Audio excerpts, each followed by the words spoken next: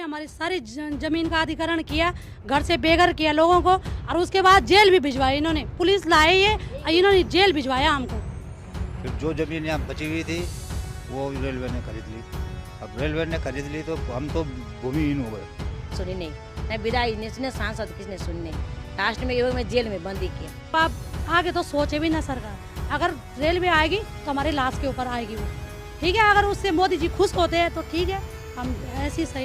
यहाँ तो जब से रेल का विकास हुआ तो मुझे तो लग रहा है विकास नहीं हो रहा है, विनाश हो रहा है। नीचे मशीनें चल रही है तो मकान हिल रहे हैं, दरारें आ रखी है, क्रैक्स वगैरह आ रहे हैं मकानों में। ऐसा लग रहा है जैसे भूकंप आ रहा होगा। हम मर जाएंगे लेकिन अपना मकान, अपना घर नहीं देंगे। मैं 1 साल तक किराए में रही। मैं किराए में इतना पैसा भरा मैंने 1 साल तक। नोटिस दे खाली करो मकान से। 1 साल तक किराए में रही। ब्लास्टिंग इनकी श्रीनगर में हो रही है और यहाँ नेथाड़ा में उसका असर हो रहा है। नमस्कार, मैं हूं रॉबिन सिंह चौहान और आप जुड़ चुके हैं पंचायत रिपोर्टर के मंच में।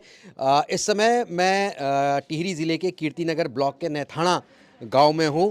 नदी के उस पार आप देखेंगे तो वो पौड़ी ज़िला है। बीच में ये जो नदी है वो अलकनंदा नदी है। इसके नदी के पार वो पौड़ी ज़िला है और नदी के इस पार ये टिहरी ज़िला है। और नेथाड़ा गांव के तमाम लोग हमारे साथ हैं, यहाँ की प्रधान भी हमारे साथ हैं। सबसे पहले आपसे बात कर लेते हैं, क्या शुभ नाम है आपका और किस तरीके की समस्याएं आपके गांव में है इस बार?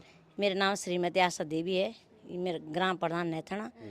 यहाँ तो जब से रेल का विकास हुआ तो मुझे तो लग रहा है विकास नहीं हो रहा है, विनाश हो रहा है।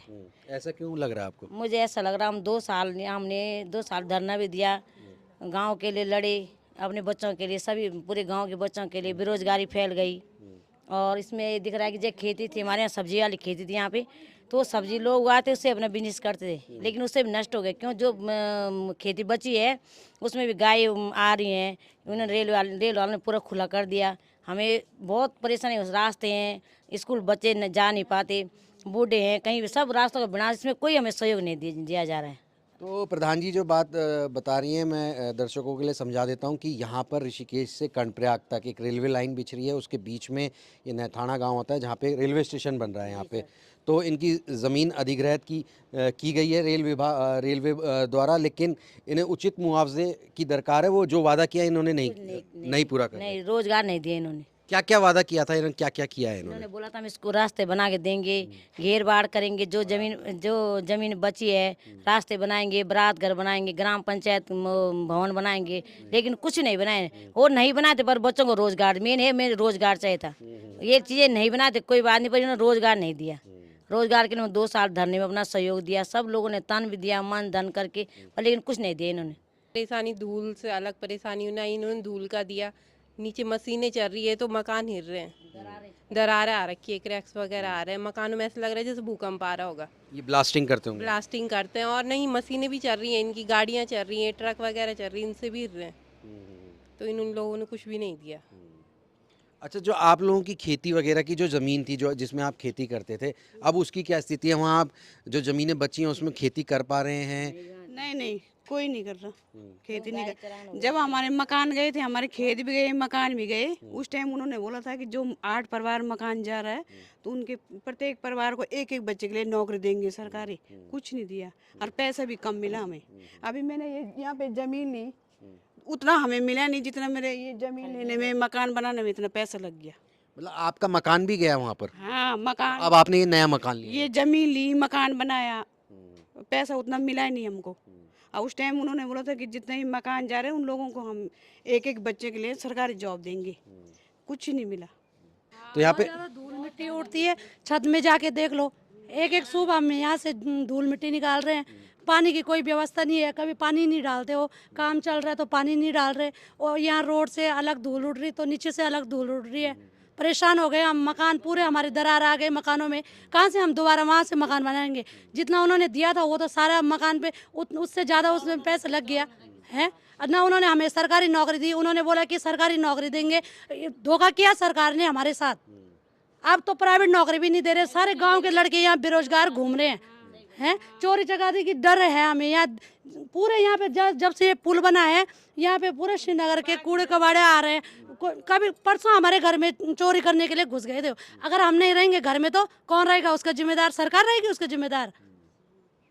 अब पर हम 24 घंटे तो हम घर में रह नहीं सकते हैं ना, हमने इधर उधर भी जाना है, छोटे बच्चे हमारे स्कूल छोड़ने जाते हैं। परसों यहाँ पे बहुत सारे यहाँ पे कूड़े कबाड़ वाले आ रखे थे, वो घर के अंदर घुस रखे थे। वो अगर हम कुछ कंप्लेंट करते हैं तो सुनते नहीं है सरकार हमारी। रेलवे वाले कितना धूल मिट्टी उड़ रहा है, उस धूल मिट्टी से हम इतना ज़्यादा परेशान हो गए हैं कि बताएं क्या। तो बुजुर्ग वगैरह हैं उनको तो और दिक्कत होती है। बहुत ज़्यादा दिक्कत होती है, बीमार लोग हैं, कैसे में रहेंगे उस धूल मिट्टी में। वो कुछ भी नहीं, 2 साल तक हम वहाँ धरने में बैठे रहे, कुछ भी नहीं। फिर बोला उन्होंने चलो धूल मिट्टी के पैसे भी देंगे तुम्हें, कुछ भी नहीं। जिनकी गाय भैंसे पशु हैं जिनके, तो उनके तो चारा भी खराब हो गया होगा धूल मिट्टी से। कुछ भी नहीं है, कुछ नहीं है। वो भी ऐसी बंजर पड़ी है वो, कैसे वो इस धूल मिट्टी में लोग अपनी खेती बाड़ी कर पाएंगे? खेती बाड़ी तो नहीं कर पाएंगे ना इस धूल मिट्टी में, पूरी बंजर पड़ी है जमीन। क्या बोते थे आप लोग पहले यहाँ पे? यहाँ पे हम हरी सब्जी, मूली, घर की सारी सब्जियां उपलब्ध हो जाती थी, अपने कमाई का साधन था हमारा। यहाँ पे हरी सब्जी का ही ज्यादा होता था, भिंडी होती थी, अब कुछ नहीं हो रहा, बंजर पड़ रही थी मार्केट में ना, पूरी नेथना के ये सेरे होते हैं नीचे, पूरी सब्जी मार्केट में जाती थी। और जो पहले के लोग जो बेरोजगार थे, उन्होंने अपने बच्चों को लिखाया पढ़ाया, शादी इसी सब्जी बेच के किया था। और आज देखो जो बच भी रखी है ना, बंजर पड़ के, क्योंकि खुला गाय, बहुत सारी गायें आती हैं। अगर अब इस बार सरकार जमीन लेने के बारे में सोच रही है तो वो अपने मन से एक ख्याल बिल्कुल भी हटा दे, क्योंकि जब हमने अगर इन्होंने और लेनी थी तो उसी टाइम बोल देते। हमने तो अब मकान बना रखे, जहाँ पे हमारे थोड़े थोड़े से जगह बच रखी थी हमने मकान बना दिए। लेकिन अब अगर सरकार दोबारा बनाएगी तो हमें इतनी ज़मीन दे दे और मकान बना के दे दे और हमें रोजगार दे दे। तो अब ये दोबारा से अधिग्रहण करने की बात कर रहे हैं। सोच तो रहे हैं, बोल तो रहे हैं, लेकिन अभी ऐसे बोल नहीं रहे जैसे बोल रहे हैं कि 400 मीटर के दायरे में और ले सकते हैं। तो लेकिन अब ये सोचे भी ना, बिल्कुल भी ना सोचे। हम मर जाएंगे लेकिन अपना मकान, अपना घर नहीं देंगे हम। अब सरकार ने हमारी लाशों के ऊपर लानी है यहाँ पे ट्रेन, तो ला सकती है, बिल्कुल ला सकती है, लाशें बिछा देंगे, लेकिन हम अपना मकान, अपना घर तो देंगे नहीं। कहाँ से हम, जितना सरकार दे रही उसमें तो जमीन ही भी नहीं आ रही, कहाँ से हम मकान बनाएंगे? प्राइवेट नौकरी वाले हमने छोटी छोटी सी दुकानें खोल रखे, उसमें हमारा रोजगार चल रहा है। मैं 1 साल तक किराए में रही, मैं किराए में इतना पैसा भरा मैंने 1 साल तक, नोटिस दे खाली करो मकान से। 1 साल तक किराए में रही, घर इतना जल्दी कहाँ बनता मेरा। जमीन ढूंढी, फिर जाके बना। उस टाइम तो कोरोना काल में भी सब बंद हो गया था, घर भी कितना लेट में बना हमारा। 1-1.5 साल तक किराए में रहे हम, और कुछ भी नहीं, पैसे भी ऐसी मतलब। तो सर आप बताइए कि क्या इन लोगों ने वादा किया था, कागज़ों में क्या है, नियम क्या है, इसके नियम क्या कहते हैं? जैसे आप बता रहे थे कि इन्होंने ज़बरदस्ती कुछ लोगों को पैसा दे दिया है, अकाउंट में सीधे ट्रांसफ़र कर दिया, क्या है वो मामला? पर इन्होंने हमारे साथ में धोखाधड़ी कर दी। धोखाधड़ी क्योंकि RN पॉलिसी में भी लिखा हुआ है कि नौकरी है, तो ये लोग कह रहे हैं कि नौकरी नहीं है। अब ये क्या सरकार की मंशा क्या है या कौन कर रहा है ये हम नहीं जानते, पर नौकरी आज भी RN पॉलिसी में जो है नौकरी की जिगर जरूर है। आज तक इन्होंने नौकरी नहीं दी। जो इन्होंने हमें रोजगार भत्ता दिया है तो एक एग्रीमेंट बनता है, एग्रीमेंट बता दे हमें कि कहाँ पे हम लोगों ने साइन कर रखे हैं, और एग्रीमेंट में हमने मना किया कि नौकरी नहीं चाहिए। इन्होंने ज़बरदस्ती अपने आप डाला है, ये खुद ही रेलवे वाले अपने आप फंसे हुए हैं।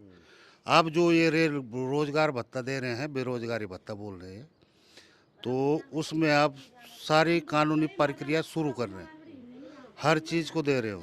परिवार रजिस्टर हुआ, आधार कार्ड हुआ, पैन कार्ड हुआ और स्टाम्प हुआ, इस पे वो रोजगारी भत्ता दे रहे हैं। हमारा बता दे, सरकार बता दे, हमें प्रूफ करके दिखा दे कि हमने कहीं पे स्टाम्प भरा है। हमारे सिर्फ लैंड के बाद बेसिस में था और उसी की बात की है कि हम लैंड दे रहे हैं, पर हमें नौकरी चाहिए, बस यही बात हुई थी हमारी।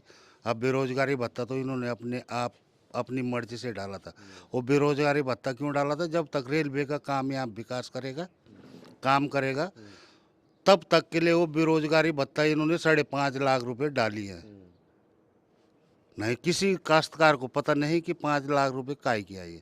जब इनसे बात हुई है तो इन्होंने बोला भाई जब तक एक निर्माण कार्य चल रहा है तब तक हम बेरोजगारी भत्ता दे रहे हैं।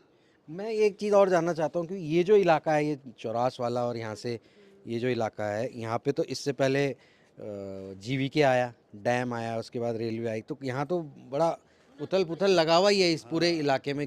मतलब हलचल है ही इस इलाके में हाँ पूरी। जी, हाँ जी। पहले ज़मीन डाम वालों ने ली, जीवीके ने ली, फिर जो ज़मीन यहाँ बची हुई थी वो रेलवे ने खरीद ली। अब रेलवे ने खरीद ली तो हम तो भूमिहीन हो गए। हमारी टोटल ज़मीन जा रखी है। हमारे टोटल खाते से 44 नाली ज़मीन जा रखी है। अब हमें रोज़गार भी नहीं दिया, भूमिहीन हो गए। और वादा किया था कि हम प्रत्येक पाले को एक एक को नौकरी देंगे, वो भी नहीं दिया। गाय भैंस पशु पक्षियों के लिए चारा, धूल इतनी ज़्यादा उड़ रही है कि सारी पत्तियों में घास में धूल ही धूल है। वो पशु भी जानवर भी बीमार हो रहे हैं। घर में तमाम धूल आ रही है। रेलवे न तो पानी की व्यवस्था कर रही है, जब आंधी तूफान आता है तो पूरी धूल यहाँ घरों तक घुस जाती है। बच्चों पे क्या असर है, ये जो धूल उड़ती है बच्चों पे क्या क्या दिक्कतें होती हैं? बच्चों के स्वास्थ्य में भी प्रॉब्लम आ रही है। किसी को नजला हो रहा है, किसी को खांसी, किसी को कुछ, कई प्रकार की धूल मिट्टी से तो कई प्रकार की बीमारियाँ हो जाती है।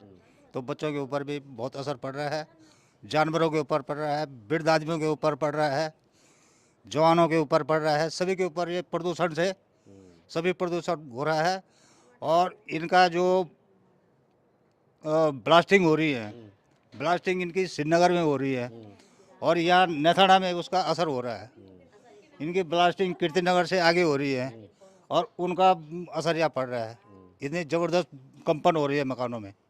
तो नए मकानों में दरारें आ गई होंगी जिन्होंने नए मकानों में दरारें आ रखी हैं। एक बार कंपनी वाले यहाँ देखने के लिए भी आए थे, उन्होंने दरारें देखी, फिर दोबारा उन्होंने उस पर कोई अमल नहीं किया। तो किससे बोलना है, कोई सुनने वाला है नहीं। हम आंदोलन करते करते में 2 साल पूरे हो गए थे। लास्ट में हमने सोचा कि अब हमें इनका काम रोकते हैं। जैसे हम काम रोकने के लिए सड़क में इकट्ठा हुई, महिलाएं थी, मेरे साथ ज़्यादा महिलाएं थी, सभी लोग थे, बच्चे भी थे, छोटे बच्चे भी थे। इन्होंने ना बच्चों को, छोटे बच्चे नवयुवक बच्चे, उनको पकड़, इन्होंने सीएफ गाड़ी भेजी, 2 गाड़ी भेजी और 2 गाड़ी भेज के हम महिलाओं को पकड़ के ज़बरदस्ती जेंट्स पुलिस ने भी पकड़ के और ज़बरदस्ती ट्रक में गाड़ी में भर के जेल में बंद कर दिया कीर्तनगर थाने में। फिर वहाँ से हमें डराया, सबको डरा पहले कोई साइन तो कर टीरे ले आ रहे थे, लेकिन लेडीज़ को ना अकेले डरा के इन्होंने कि हम गलत भावना भर के उन्हें साइन करा के वहीं से छुड़वा दिया। अपना बेस इतने वो नहीं, इतने हुआ महिलाओं के साथ पर, लेकिन कोई भी ऐसा वो नहीं है जिसने हमारी मदद की होगी। अपनी ज़मीन दी और अपना आप ही हमारे साथ नाइंसाफ़ी हुई। बहुत गलत हुआ मेरी बहनों के साथ में, मैं बहुत बुरा लगा मुझे। मेरी बहनों को ज़बरदस्ती खींच के घसघट के लेके गई। मेरे वीडियो है मेरे पास, मैं आपको भेजूंगी। ऐसी बात नहीं, वो वीडियो पूरा मैं आपके, मेरे टाइम लगा, मैं आपको पूरा। सरकार ने हमारी सारी जमीन का अधिग्रहण किया, घर से बेघर किया लोगों को, और उसके बाद जेल भी भिजवाई इन्होंने। पुलिस लाई है, इन्होंने जेल भिजवाया हमको। ये इतना छल कपट कर रही है जब आप अपना हक मांगने जब गए, हम अपना अधिकार के लिए, अपने हक के लिए लड़ाई पे उतरे, हमने अपना अधिकार मांगा तो इन्होंने हमें जेल भिजवाया। पुलिस, इन्होंने जेंट्स नहीं देखा, लेडीज नहीं देखी, सीधे इन्होंने हमको पकड़ के जेल में बंद किया इन्होंने। और फिर हमको डराया कि अब आगे तुम्हें टीरी ले जाएंगे, अगर तुम अपना धरना खत्म नहीं करते हो तो तुम्हें टीरी भेजेंगे। इन्होंने हमें ऐसे डराया। हम अपने छोटे छोटे बच्चों को घर में छोड़ के अपने अधिकार के लिए वहाँ पे धरने पे रहे। हम अब 2 साल तक हम वहाँ पे दिन रात हमने वहाँ पे धरना किया कि जो तुमने हमसे वादा किया है रेलवे वालों ने, हम वो पूरा करो, हमें एक प्रत्येक फाइल में एक सरकारी नौकरी दो। लेकिन इन्होंने उल्टा क्या किया, पुलिस लेके और हमें जेल में बंद किया इन्होंने। आपने अपने जनप्रतिनिधि से, विधायक, सांसद, मुख्यमंत्री, किसी से बात नहीं करी कि कुछ करिए हमारे लिए? अब विधायक साहब ने भी बोला कि ये मेरे हाथ से बाहर की बात है, इसमें मैं कुछ नहीं कर सकता हूँ, ये तो उसका केंद्र सरकार का है। तो उसमें सांसद ज़्यादा वो नहीं किया। फिर सांसद कोई नहीं आया, कोई नहीं आया। वहाँ पे वोट मांगने के लिए तो सब आए उस टाइम पे कि तुम ये, मैं तुम्हारे साथ हूँ, मैं तुम्हारे साथ हूँ, हर कोई बोलता रहे, लेकिन किसी ने कुछ नहीं किया। प्रधान जी लड़े इनके साथ में, उन्होंने किसी ने मेरी सुनी नहीं, न विधायक ने सुने, सांसद किसी ने सुनी नहीं। लास्ट में ये मैं जेल में बंदी किया। फिर धीरे धीरे इन्होंने गाँव वालों को तोड़ा करके अलग धरना ही मेरा बंद करवा दिया। डराने धमकाने के लिए इन्होंने पुलिस भेजा, तब बंद किया। उसके बाद तब हमें मजबूरन हो गया अपना आंदोलन छोड़ना पड़े। क्या करते हम, जब उन्होंने हमें डराया कि तुम्हें टीरी बंद करेंगे, वहाँ ले जाएंगे, यहाँ ले जाएंगे, तो हमने क्या करना था, हमारे घर में छोटे छोटे बच्चे हैं, तो हमने उनके खातिर फिर अपने कदम पीछे हटा दिया हमने। लेकिन सरकार ने हमारे साथ बहुत गलत किया। और अब आप आगे तो सोचे भी ना सरकार, अगर रेलवे आएगी तो हमारे लाश के ऊपर आएगी वो, ठीक है। अगर उससे मोदी जी खुश होते हैं तो ठीक है, हम ऐसी सही, लेकिन हम अपनी ज़मीन तो देंगे नहीं, बिल्कुल भी नहीं देंगे। कि कहा जाता है जो रेल की लाइन है वो जहाँ जहाँ जाती है वो अपने साथ विकास लेकर आती है। लेकिन फिलहाल इस गांव को देखकर तो लगता है कि यहाँ के लोग जिस तरीके से बता रहे हैं कि ये जो रेल है, ऋषिकेश कर्णप्रयाग जो रेलवे लाइन है, इस इलाके के लिए तो विनाश लेकर आई है।